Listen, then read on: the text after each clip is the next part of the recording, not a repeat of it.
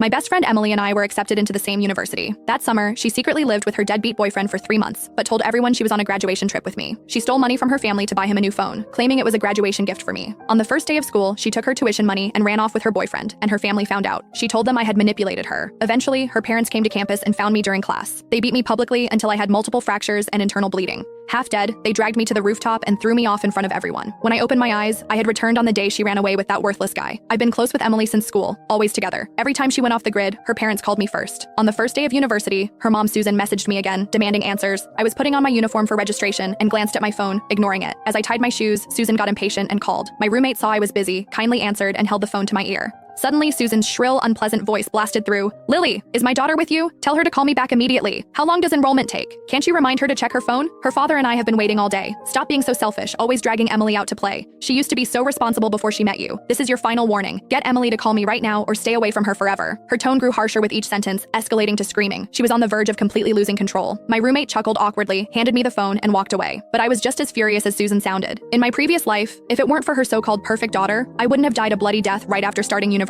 Just because I was Emily's only friend, I became the excuse to cover up her relationship with that loser Mike. Countless times I'd be in class when Susan called, demanding to know where her daughter was. I'd lie to her mother, following Emily's instructions. Until one day, Susan came to my classroom and caught me in a lie. She slapped me across the face and flipped my desk in public. From then on, I became the villain corrupting her daughter in her eyes. Later, I tried to distance myself from Emily, but we still ended up at the same university by chance. And even when I was thrown off a roof to my death, they believed they'd removed a bad influence from their daughter's life. This time, I won't let myself walk that path again. When I didn't reply, Susan grew more impatient. "Can't you hear me? Emily's right there with you, isn't she? Stop pretending, tell her to call me." I smirked and spoke to the air. Emily, your mom's looking for you." The air, of course, didn't answer. Before Susan exploded, I slowly said, "Sorry, Emily's at the gym. The music's too loud. She can't hear you. She'll contact you when she's done." After that, I hung up with a dark expression. I turned and left the dorm for our first physical education class. After gathering on the field, the teacher started us off tough. We had to run 5 laps around the track. When he finally called stop, everyone collapsed on the ground, completely spent. I wiped the sweat from my brow when 2 familiar figures approached from across the field. Susan's shrill voice carried over. "Excuse me, I'm looking for my daughter Emily, the one with the best grades in the class." My heart sank. I didn't expect them to come so early, so I quickly got up to head to the restroom. But as I turned to leave, Susan grabbed my hair and yanked hard. "You little bitch, why are you sneaking away? Feeling guilty, huh? Tell me, where's my Emily? She hasn't seen me or her father all summer, always off with you. Even bought you expensive gifts. You little slut, is this how you treat a friend?" I checked the gym class roster with the teacher. Emily's name isn't on it. With that, Susan pulled my hair violently, and I fell backward onto the ground. Her face was twisted with rage, eyes full of hate. I'd just finished running, my legs were weak, and before I could get up, Emily's father John stomped on my chest. I could barely breathe. Susan laughed coldly and grabbed my hair again, forcing my